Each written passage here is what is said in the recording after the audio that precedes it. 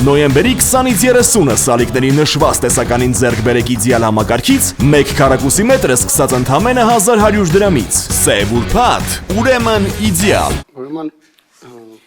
դուք որպես պայմանագրային ծառայության գրավչության բարձրացման ուղղված ծրագիր ներկայացրել եք պաշտպան հայրենացը եւ նաեւ ներկայացրել եք թվերը, թե ըստ էության մեկնարկից ի վեր, եթե ճիշտ եմ հասկանում, այսինքն 22 թվականին, երբ որ ընդունվեց այդ օրենքը, դրանից հետո 4200 մոտ շուրջ 4200 զինծառայող, 4225 զինծառայողի ներգրավվածության մասին եք խոսել։ Բնականաբար այս տեսանկյունից դուք ներկայացրել եք այն թվերը, որը ըստ ձեզ կամ ըստ կառավարության հնարավորություն է տալիս գնալու այս փոփոխությունները, այսինքն 6-ամսյա ժամկետի կրճատման։ Այս տեսանկյունից, եթե դուք ներկայացնում եք այդ թիվը, որպես այսպես կոչված դրական բալանս, ես կարծում եմ նաև այստեղ մի քանի այլ թվեր պետք է ներկայացնեք, որպեսզի պայմանական 22-25 ժամանակահատվածի համատեքստում երևա այսպես կոչված դրական բալանսը։ Մասնավորապես 22-ից 25 թվականների ընթացքում առհասարակ պայմանագրային ծառայության համակարգում պաշտպան հայրենացը մի կողմ դրած որքան մարդ է օրինակ պայմանականորեն լուծել պայմանագիրը կամ չի երկարաձգել պայմանագիրը կամ այս տեսանկյունից մարտական հերթապահություն իրականացնող զորամասերում որքան է կազմում համալրվածության աստիճանը։ Ինչ եմ ես ասում, ես մեկ այլ պայմաններում միգուցե սա չակնկալ էի ձեզանից, եթե դուք օրինակ չներկայացնեք այդ 4200 թիվը, որովհետև այս ընթացքում ես ինքս հետևել եմ այս ծրագրին, դա որպես կանոն փոխանցվել է գաղտնի բաժնի միջոցով, այսինքն հրապարակային թիվ չի եղել, բայց եթե եկել այն պահը, որ դուք անհրաժեշտ եք համարել այդ թվի հրապարակումը, ապա այս տեսանկյունից լավ կլիներ մնացած մյուս թվերը հրապարակվեր, որպեսզի հասարակությունը կարողանար այդ ընդհանուր համատեքստում գնահատել, թե դրական բացական համատեքստը որն է եղել։ Մեծ առումով նաև զորակոչի հետ կապված թվերը չի հրապարակվում, ռազմական գաղտնիք է համարվում, չգիտեմ, եթե նույնիսկ դրա անհրաժեշտությունը կա կամ այդպես չի համարվում, նաև անհրաժեշտ է հրապարակել, թե միջին ասված 1 տարվա ընթացքում, 1 զորակոչի ընթացքում ինչքան մարդ է զորակոչվում զինված ուժեր, որպեսզի հասարակությունը կարողանա գնահատել, թե ձեր ներկայացած թվերը կամ ծրագրերը եւ իմ ասած հանգամանքները ընդհանուր առմամբ դրական թե բացական սալդո են առաջացնում։ Գիտեք, առաջին տեսանկյունից սա հանրության համար ժամկետի կրճատումը ընկալվել է որպես դրական քայլ, կամ ինչպես դուք եք ասում, հանրությանը հաճելի բան է եղել, այդ նախաձեռնություն ա եղել, բայց երբ որ մարդը սկսում է արդեն նաև որոշակի սառը դատողությամբ դիտարկել, արդեն սկսում է մտածել նաև այն մասին, թե այս փոփոխությունը կամ պարտադիր ժամկետային ծառայության այդ ժամկետի կրճատումը Իշտաժամկետ կամ երկարաժամկետ կտրվածքով իր անվտանգության կամ իր անվտանգության միջավայրի վրա ինչ ազդեցություն ունենալու եւ իմ հարցադրումը ես այս համատեքստում ձեզ ներկայացնում։ Խնդրեմ պարոն նախարար։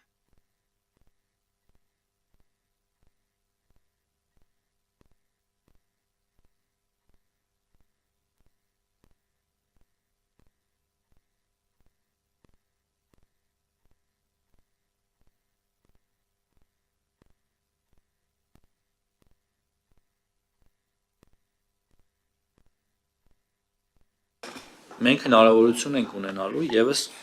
3 զորակոչ, այսինքն ամառային զորակոչը, ձմեռային զորակոչը առաջիկա եւ հաջորդ ամառային զորակոչը պաշտպան հայրենացի համար որպես հավելյալ ավելացման հնարավորություն, այսինքն մենք նաեւ մոտավոր հաշվարկ ունենք, հաշվի առնելով նախորդ տարիների տենդենսը, ինչ համալրում կունենանք արդեն այն ժամանակ, երբ որ հունվարի 1-ին զորակոչվողները կզորացվեն։ Եվ նաև սա հաշվի առնելով մենք տեսնում ենք, որ մեր հնարավորությունները մարդկային ռեսուրսի ավելացումը էապես ավելին է լինելու, քան 4225-ն է, որը դուք վկայակոչեցիք, նախկինում ես եմ վկայակոչել։ Այդ թվերը գաղտնի չեն, ես հրապարակել եմ, որովհետև թվերը գաղտնի չեն, անձամբ դրանով զբաղվել եմ, ինձ զեկուցել են, որ գաղտնի չի, դրա բերումով եմ հրապարակել։ Ինչ վերաբերում է զորակոչի թվերին եւ ընդհանրապես զինված ուժերի թվաքանակին, Սրանք գաղտնի են, սրանց անդրադարձը կբերի նրան, որ մենք կբացահայտենք բանակի թվաքանակը, այսինքն փակ քննարկման ժամանակ կամ առանձին քննարկման ժամանակ մենք սրա մասին կարող ենք ձեզ հետ խոսել կամ յուրաքանչյուր պատգամավորի հետ, ով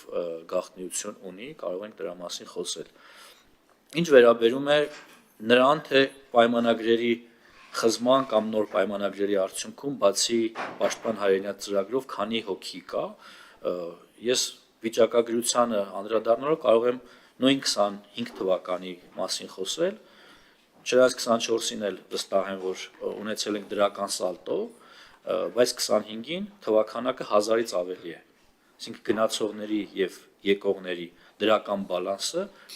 մոտավորապես 1300 է, բայց հստակ թիվը չասեմ, որովհետեւ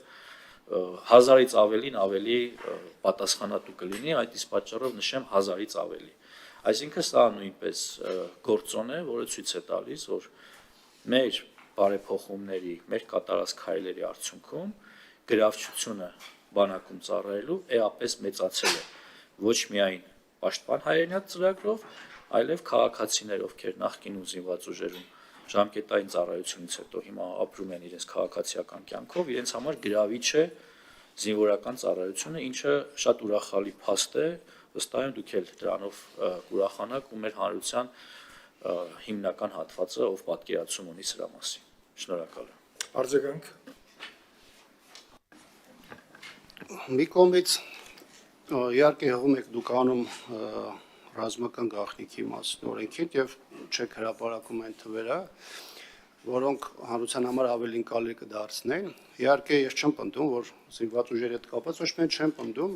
ես ինքս համարում եմ, որ մեծ թվով թվեր կան ցուցանիշներ կան, որոնք առհասարակ պետք է չհանրայնացվեն։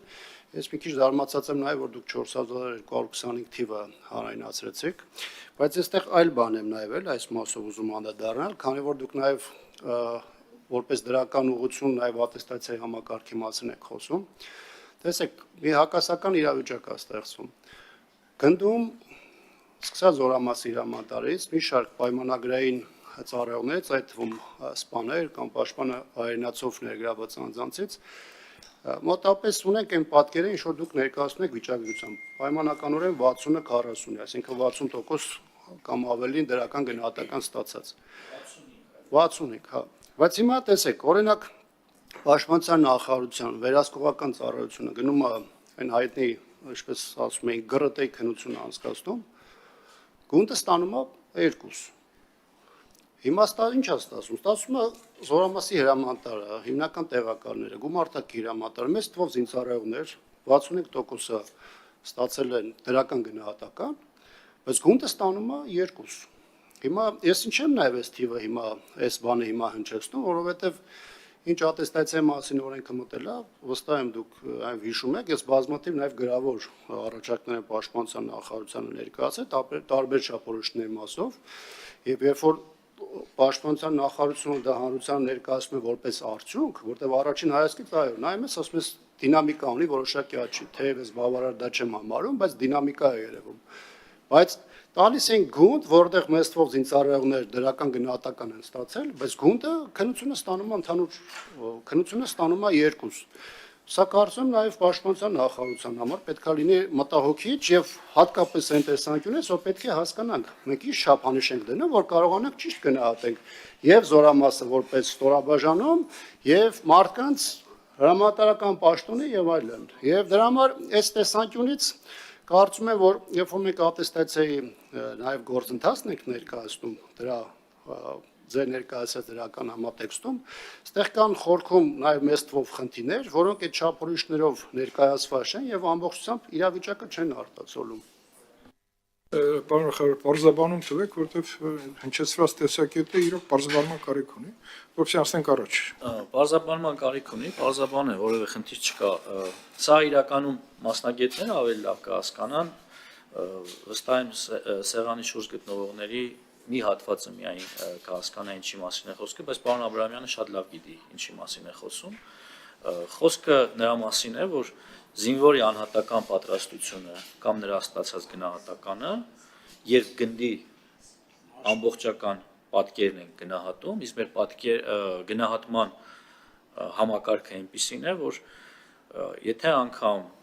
զորամասի հրամանատարը կամ իր հիմնական ստորաբաժանումները լինեն ֆիզիկական եւ գիտելիքներով համալրված ամենաբարձր աստիճանի, բայց օրինակի համար գունդը համալրված չլինի օրինակի համար, մեքենայով համալրված չլինի դասակի հրամանատարության ամբողջական կազմով, այսինքն հաշվի է առնվում սկսած հաստիքացուցակից, համալրումից, մինչև այդ մարդկանց ֆիզիկական պատրաստվածություն։ Իհարկե կարող են լինել եզակի դեպքեր, որտեղ գունդը կարող է ստանալ անբավարար եւ հետո հնարավորություն ունենա գնահատվի նաեւ լավ, գնահատվի բավարար կամ գերազանց։ Ու բնական է, որ մենք սրան արհեստականություն չպիտի հաղորդենք, պարոն Աբրահամյան։ Շատ հեշտ է փոխել չափորոշիչները, ասել գնահատում ենք արկա վիճակով ու բոլորը ստանան լավ ու գերազանց։ Բայց մենք գնում ենք նրան, որ մեր բանակի մարտունակությունը լինի ամենաբարձր աստիճանի ու շատ նորմալ է, որ կարող են լինել դեպքեր, երբ գունդը կարող է ստանալ մի գնահատական, հետո փոփոխությունների, վերապատրաստումների արդյունքում ստանալ այլ գնահատական։ Սկսած նրանից, որ գունդը կարող է բերել պայմանական կարմիր աստիճանի եւ գնդի գործողությունների արդյունքները գնահատվեն անկախ նրանից,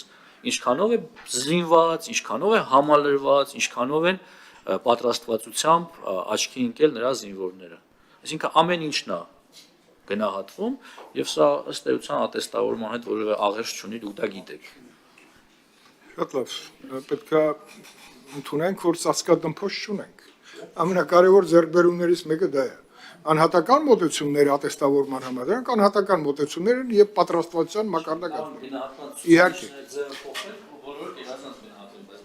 Շատ լավ։